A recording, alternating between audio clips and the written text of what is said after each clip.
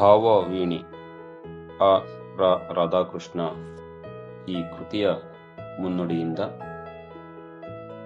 ಶ್ರೀ ರಾಧಾಕೃಷ್ಣ ಅವರು ತನ್ನ ಹುಟ್ಟೂರಿನವರು, ಕಳಸದವರು. ಅದಕ್ಕಾಗಿ ನಮ್ಮವರು ಎನ್ನುವ ಸಂಬಂಧದಿಂದ ಅವರ ಕವನ ಸಂಕಲನ ಭಾವವೀಣೆಗೆ ಮುನ್ನುಡಿಯನ್ನು ಕೇಳಿದರು.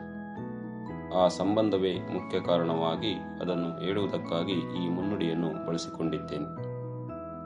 ರಾಧಾಕೃಷ್ಣರ ಕವನ ಸಂಕಲನದ ಹೆಸರು ಭಾವವೀಣೆ.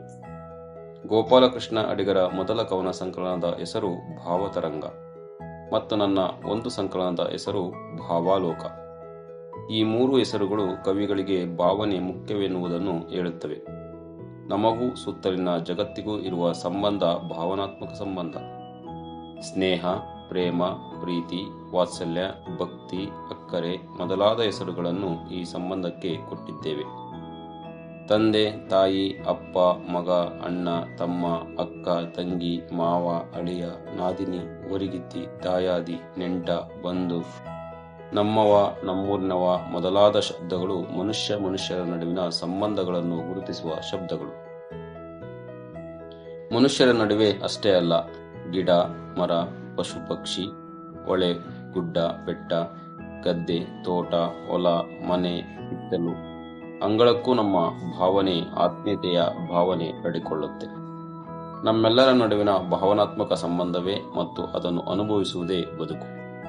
ಈ ಭಾವನಾತ್ಮಕ ಸಂಬಂಧ ನಮಗೆ ಗೊತ್ತಾಗುತ್ತಾ ಎಷ್ಟೋ ಬಾರಿ ಗೊತ್ತಾಗದೆಯೂ ಒಬ್ಬರಿಂದ ಒಬ್ಬರಿಗೆ ಹರಡುತ್ತಲೇ ಇರುತ್ತದೆ. ಇದನ್ನೇ ಗೋಪಾಲಕೃಷ್ಣ ಅಡಿಗರು ಅಮೃತ ವಾಹಿನಿ ಎಂದು ಕರೆದರು. ಅಮೃತ ವಾಹಿನಿಯೊಂದು ಹರಿಯುತ್ತಿದೆ ಮಾನವನ ಎದೆಯಿಂದ ಎದೆಗೆ ಸತತ ಎಂದು ಅಡಿಗರು ಹೇಳಿದ್ದಾರೆ. ಒಂದು ರೀತಿಯಲ್ಲಿ ಕಾವ್ಯ ಎಂದರೆ ಈ ಅಮೃತ ವಾಹಿನಿಯನ್ನು ಕುರಿತು ಹಾಕುವುದು.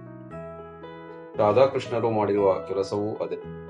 ಅವರ ಕವಿತೆಗಳನ್ನು ಓದುತ್ತಿರುವಾಗ ಬೇಂದ್ರೆ, ಕೆ.ಎಚ್. ನರಸಿಂಹಸ್ವಾಮಿ ಮೊದಲಾದ ಕವಿಗಳು ನೆನಪಾಗುತ್ತಾರೆ. ತಮ್ಮ ಬಿಡುವಿಲ್ಲದ ದೈನಂದಿನ ಕೆಲಸಗಳ ನಡುವೆ ಅಕಸ್ಮಾತ್ತಾಗಿ ನಮ್ಮ ಸುತ್ತಲಿನ ಜಗತ್ತಿನ ಸುಂದರವಾದ ಯಾವುದೋ ವಸ್ತುವಿನ ಮನಸ್ಸು ನೆಟ್ಟಾಗ ಅವರು ಹಾಕಿಕೊಂಡ ಹಾಡುಗಳು ಈ ಪುಸ್ತಕದಲ್ಲಿದೆ. ಮಲೆನಾಡಿನ ಕಾಡು, ನದಿ, ಅಡಿಕೆ, ಕಾಫಿ, ಏಲಕ್ಕಿ, ಭತ್ತ, ಬಾಳೆ, ಗಂಧ, ತೇಗ, ಹೂವು ಹಲವು ಇವರ ಕವಿತೆಯ ತುಂಬಿವೆ. ಇವರ ಕವಿತೆಗಳು ಒಮ್ಮೆ ನೋಡಿದರೆ ಸಾಕು, ಇವರು ಮಲೆನಾಡಿನ ಕವಿ ಎಂದು ಹೇಳಬಹುದು. ರಾಧಾಕೃಷ್ಣರು ಈ ಮುನ್ನುಡಿ ನೆಪದಿಂದ ಮನೆಗೆ ಬಂದಾಗ ಮಲೆನಾಡೇ ಮನೆಗೆ ಬಂದ ಹಾಗಾಯಿತು. ಆ ಸಂತೋಷವನ್ನು ಹೇಳುವುದಕ್ಕಾಗಿ ಈ 4 ಮಾತುಗಳನ್ನು ಬರೆದಿದ್ದೇನೆ. ರಾಧಾಕೃಷ್ಣರು ತಮ್ಮ ಉದ್ಯೋಗದ ನಡುವೆ ನಮ್ಮ ಕವಿಗಳನ್ನು ಓದುತ್ತಾ ಕಾವ್ಯದ ವಿವಿಧ ಪಟ್ಟುಗಳನ್ನು ಕಲಿಯಲಿ. ಅವರ ಕಾವ್ಯ ನಮ್ಮ ಸಂತೋಷವನ್ನು ಹೆಚ್ಚಿಸಲಿ ಎಂದು ಹಾರೈಸುತ್ತೇನೆ. ಸುಮತೀಂದ್ರ ನಾಡಿಗರವರು ಭಾವವೀಣೆ ಕೃತಿಯನ್ನು ಕುರಿತ ಮುನ್ನುಡಿಯನ್ನು ಇಷ್ಟೊತ್ತು ಆಲಿಸಿದೆ. ಈ ಮುನ್ನುಡಿ 18/1/2012 ಬರೆದಂತ ಮುನ್ನುಡಿ ಇದಾಗಿತ್ತು. ಸೃಷ್ಟಿ ಸಿಂಚನದ ಮುನ್ನುಡಿಯಿಂದ ಎಲ್ರಿಗೂ ಕೂಡ ನಮಸ್ತೆ, ಧನ್ಯವಾದಗಳು.